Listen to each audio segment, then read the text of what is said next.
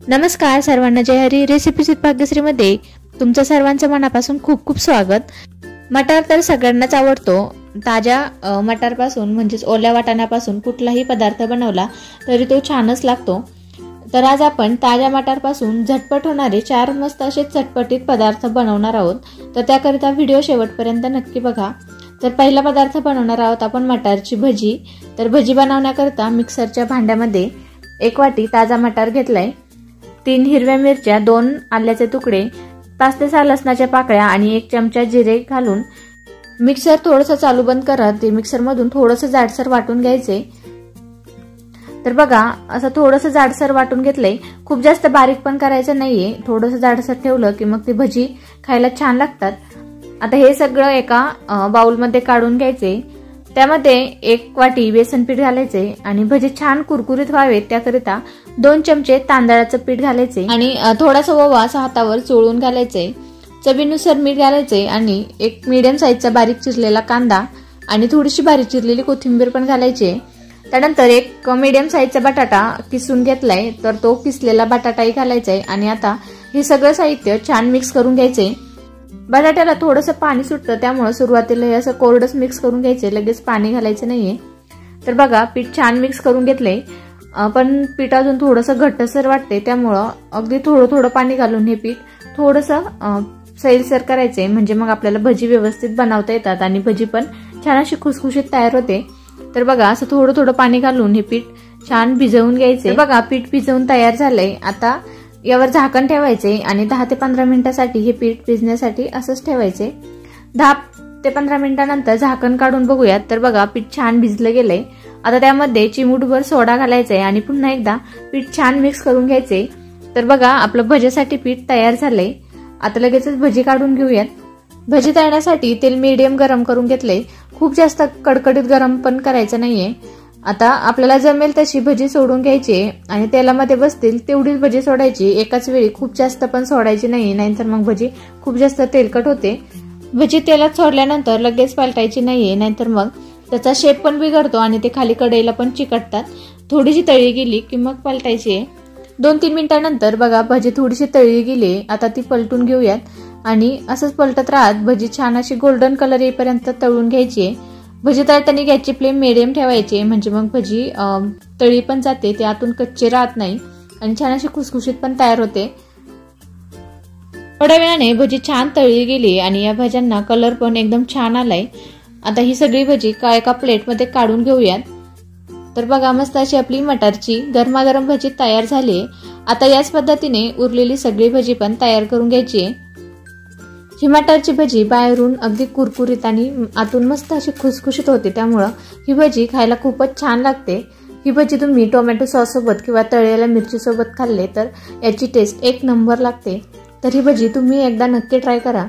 नंतर दुसरा पदार्थ बनवणार आहोत मटारचे आप्पे.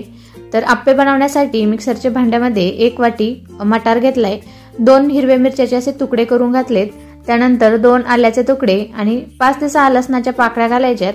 आता हे मिक्सरमधून असं मिक्सर चालू बंद करत थोडंसं जाडसरच वाटून घ्यायचे. मटार मिक्सरमधून काढताना असे थोडेसे जाडसर ठेवायचे, खूप जास्त बारीक पण करायचं नाही किंवा खूप जास्त ठोसर पण ठेवायचं नाहीये. आता हे तयार करून घेतलेलं वाटण एका बाउलमध्ये काढायचे. त्यामध्ये 1 वाटी रवा घालायचा, त्यानंतर अर्धी वाटी दही घालायचे आणि थोडंसं किसलेलं गाजर आणि बारीक चिरलेली कोथिंबीर पण घालायचे. त्यानंतर 2 चमचे पांढरे तीळ घालायचे आणि चवीनुसार मीठ घालायचे. आता हे सगळं छान मिक्स करून घ्यायचे.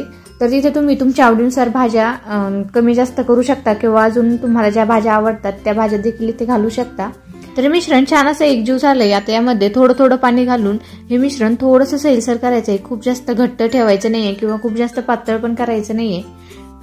या कन्सिस्टन्सीमध्ये हे मिश्रण तयार करून घ्यायचे. आता यावर झाकण ठेवायचे आणि 15 मिनिटांसाठी हे मिश्रण छान भिजवून घ्यायचे, म्हणजे मग मिश्रण छान भिजलं की आप्पे पण छान स्पॉन्जी होतात. 15 मिनिटांनंतर झाकण काढून बघूयात. तर बघा रवा घातलेला असल्यामुळे त्या रव्याने थोडंसं पाणी ऍब्झॉर्ब केलंय, त्यामुळं मिश्रण थोडंसं कोरडं झालंय, पण अगदी परफेक्ट असं आपलं हे मिश्रण तयार झालंय. आता लगेचच आप्पे बनवायला घेऊयात. तर आप्पे बनवण्यासाठी आप्पे पॅन गरम करून घेतलाय, त्यामध्ये असं सगळीकडे थोडं थोडं तेल सोडून घ्यायचे, म्हणजे मग आप्पे खाली चिकटत नाही, पटकन निघतात आणि छान भाजले जातात। इथे दाखवलेल्या पद्धतीने आप्पे पात्रामध्ये जेवढं बसल तेवढं आप्याचं मिश्रण घालायचे। फक्त आप्याचं मिश्रण घालताना आधी कडेने घालायचं आणि मग शेवटी मध्ये घालायचं, कारण गॅसची फ्लेमचा जो शेक असतो तो मध्ये खूप जास्त लागतो आणि त्यामुळे मधले आप्पे लवकर भाजले जातात। त्यामुळे सुरुवातीला मिश्रण कडेने घालायचं आणि शेवटी मध्ये घालायचं। तर सगळे आप्याचं मिश्रण घालून झाले, आता पॅनवर झाकण ठेवायचे आणि गॅसची फ्लेम मीडियम करून 3 ते 4 मिनिटं हे आप्पे छान भाजून घ्यायचे। 4 मिनिटांनंतर झाकण काढून बघूयात, तर बघा आप्याची वरची बाजू थोडीशी अशी सुकली गेली आहे, म्हणजे आप्पे खालच्या बाजूने छान भाजले गेलेत। आता सगळे आप्पे पलटवून घ्यायचे। तर सुरुवातीला मधले आप्पे आहेत ते पलटायचे आणि मग साईडचे पलटवायचे, कारण मधले आप्पे लवकर भाजले जातात। तर बघा सगळे आप्पे छान मस्त खालच्या बाजूने भाजले गेलेत। आता पुन्हा झाकण ठेवून आप्पे दुसऱ्या बाजूने पण छान भाजून घ्यायचे। 5 ते 6 मिनिटांनंतर झाकण काढून बघूयात, तर बघा आप्पे मी दोन्ही बाजूने छान भाजून घेतलेत, मस्त असे खरपूस आप्पे भाजले गेलेत। तर इथे आपले मस्त असे मटारचे आप्पे तयार झालेत। आता याच पद्धतीने बाकीचे पण आप्पे तयार करून घ्यायचे। आता यातील एक आप्पे मी तुम्हाला फोडून दाखवते। तर बघा यामध्ये अजिबात सोडा किंवा इनो वापरलेला नाहीये, तरी पण हे आप्पे मस्त असे स्पॉन्जी झालेत। हे आप्पे तुम्ही खोबऱ्याच्या चटणी सोबत किंवा टोमॅटो सॉस सोबत खाऊ शकता, किंवा यामध्ये आपण भाज्या आणि मसाला वापरलेला असल्यामुळे हे आप्पे तसेच खाल्ले तरी पण खूप छान लागते। त्यानंतर तिसरा पदार्थ बनवणार आहोत मटारची चमचमीत भाजी। सर्वात आधी भाजीसाठी मटार शिजवून घेऊ। तर त्यासाठी पातेल्यामध्ये 1 ग्लास पाणी घातले आणि 1 वाटी मटार आणि थोडंसं मीठ घालून हा मटार शिजवून घ्यायचे।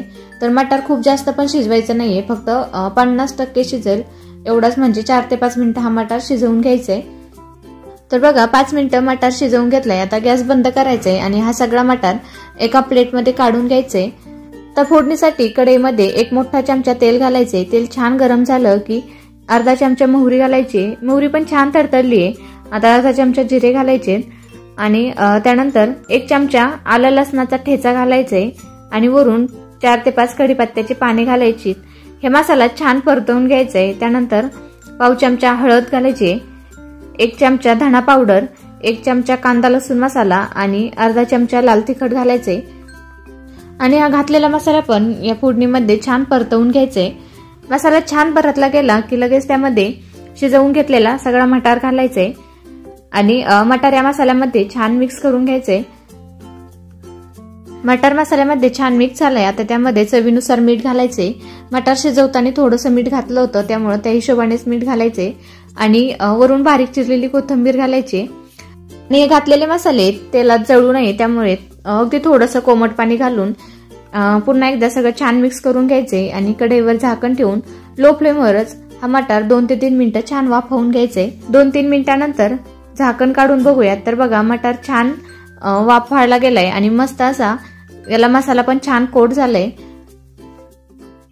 आता लगेच यामध्ये अर्धी वाटी भाजलेल्या शेंगदाण्याचा कूट घालायचा। तर मी ते शेंगदाण्याचा कूट करताना निम्मे शेंगदाणे एकदम बारीक करून घेतले, म्हणजे मग भाजीला जाडसरपणा छान येतो आणि काही शेंगदाणे असे थोडेसे ठोसर ठेवायचे, म्हणजे मग ते भाजीत खाताना छान लागतात। तर आता वरून पुन्हा एकदा बारीक चिरलेली कोथिंबीर घालायची आणि हे सगळं मटारमध्ये छान मिक्स करून घ्यायचे। हे सगळं छान मिक्स झालंय, परंतु भाजी थोडीशी अशी सुकी वाटते, त्यामुळं पुन्हा एकदा यामध्ये पाव वाटी कोमट पाणी घालायचे, म्हणजे मग भाजीला असा थोडासा रस्सा पण होतो आणि भाजी छान शिजली पण जाते। तर पाव वाटी कोमट पाणी घालायचे आणि पुन्हा एकदा हे सगळं छान मिक्स करून गॅसची फ्लेम लो करून कढईवर झाकण ठेवायचे आणि 2 ते 3 मिनिटं ही भाजी शिजवून घ्यायची। अजून 2-3 मिनिटं भाजी शिजवून घेतली। आता झाकण काढून बघूयात, तर बघा भाजीला मस्त तेल सुटले आणि एकदम मस्त अशी आपली ही चमचमीत मटारची भाजी तयार झाली आहे। आता हा मटार शिजला की नाही ते बघूयात। हा मटार थोडासा असा कोमट झाला की मग हाताने असं दाबून बघायचंय। तर बघा एकदम पटकन असा मॅश होतोय, म्हणजे मटार पण छान शिजला गेलाय। मस्त अशी आपली मटारची चमचमीत भाजी तयार झाली आहे। ही भाजी तुम्ही चपाती भाकरी पुरी सोबत कशासोबतही खाल्ली तरी खूप छान लागते। ही भाजी कुठलंही वाटण न करता अगदी झटपट तयार होते, त्यामुळे सकाळच्या घाई गडबडीत तुम्ही टिफिनसाठी देखील ही भाजी बनवू शकता। तर चौथा पदार्थ बनवणार आहोत मस्त अशी टम्म फुगलेली खुसखुशीत मटार पुरी। तर पुरी बनवण्यासाठी सर्वात आधी आपण एक वाटण तयार करून घेऊया। मिक्सरच्या भांड्यामध्ये 1 वाटी मटार आणि कोथिंबीर घालायची आहे, 5 ते 6 लसणाच्या पाकळ्या आणि 2 आल्याचे तुकडे, अर्धा चमचा जिरे घालायचे आणि हे सगळं मिक्सरमधून एकदम बारीक वाटून घ्यायचे। तर बघा मिक्सरमधून एकदम छान असं वाटून घेतलंय, परंतु एकदम बारीक वाटलं जात नाही। यात थोडंसं असं मटारचे दाणे शिल्लक आहेत, त्यामुळे यात थोडंसं पाणी घालायचंय आणि पुन्हा एकदा मिक्सरमधून याची एकदम बारीक पेस्ट तयार करून घ्यायची आहे। पाणी घालून हे मिक्सरमधून एकदम बारीक वाटून घेतलंय। आता पुरीसाठी पीठ भिजवून घेऊया। तर त्याकरिता एका बाउलमध्ये 2 वाट्या गव्हाचं पीठ घ्यायचे आणि पुरी बराच वेळ छान अशी टम्म फुगलेली राहावी त्याकरिता 2 चमचे बारीक रवा घालायचे, चवीनुसार मीठ आणि 2 चमचे पांढरे तीळ घालायचे आणि आता हे सगळं पिठामध्ये छान मिक्स करून घ्यायचंय। घातलेलं सगळं साहित्य पिठामध्ये छान मिक्स करून घेतलंय। आता मग अशी जे वाटण तयार करून घेतलंय ते वाटण यामध्ये घालायचंय आणि त्याचं छान असं थोडंसं घट्टसर पीठ भिजवायचंय। आपण पुरीसाठी जसं पीठ भिजवतो तसं थोडंसं घट्टसर भिजवायचंय, म्हणजे मग पुरी व्यवस्थित लाटता येते। आणि पीठ भिजवताना वरून एक्स्ट्राचं पाणी अजिबात वापरायचं नाहीये। मटारची जी प्युरी तयार करून घेतली त्यामध्येच पीठ भिजवायचंय, म्हणजे मग पुरीला मटारचा छान फ्लेवर येतो। तर बघा मस्त असं थोडंसं घट्टसर आणि छान मऊसूत पीठ भिजवून घेतले। आता यावर 2-3 थेंब तेल घालायचे आणि पुन्हा एकदा पीठ छान मळून घ्यायचे, म्हणजे मग पीठ कडक होत नाही, छान मऊसूत राहतं। पिठावर झाकण ठेवायचे आणि 10 मिनिटं पीठ भिजण्यासाठी असंच ठेवायचे। 10 मिनिटांनंतर झाकण काढून बघूयात। तर बघा पीठ छान मऊसूत भिजल्या गेलंय। आता पीठ पुन्हा एकदा असं थोडंसं मळून घ्यायचे। आता पुरी लाटण्यासाठी आपल्याला या पिठाचे असे छोटे छोटे गोळे तयार करून घ्यायचेत। तर बघा ह्या साईजचे मी ते असे पिठाचे काही गोळे तयार करून घेतलेत। पुरी लाटण्यासाठी यातील एक गोळा काढून घ्यायचा आहे आणि बाकीचे जे उरलेले आहेत ते पुन्हा झाकून ठेवायचे, म्हणजे मग पीठ कडक होणार नाही। पुरी लाटण्यासाठी या पिठाच्या गोळ्याला अगदी थोडंसं सुकं पीठ लावायचे, म्हणजे मग पुरी लाटताना ती खाली चिकटत नाही। आणि आता छान अशी एकसारखी गोलगरीत पुरी लाटून घ्यायची। पुरी लाटताना ती अशी सगळीकडून लाटायची, म्हणजे मग एकसारखी लाटली जाते, नाहीतर मग एकीकडून पातळ किंवा एकीकडे जाड झाली तर पुरी छान फुगत नाही। तर हे बघा साधारणतः या जाडीची पुरी लाटून घ्यायची। यापेक्षा खूप जास्त पातळ झाली तरी पण पुरी फुगत नाही, त्यामुळं या जाडीची पुरी लाटून घ्यायची।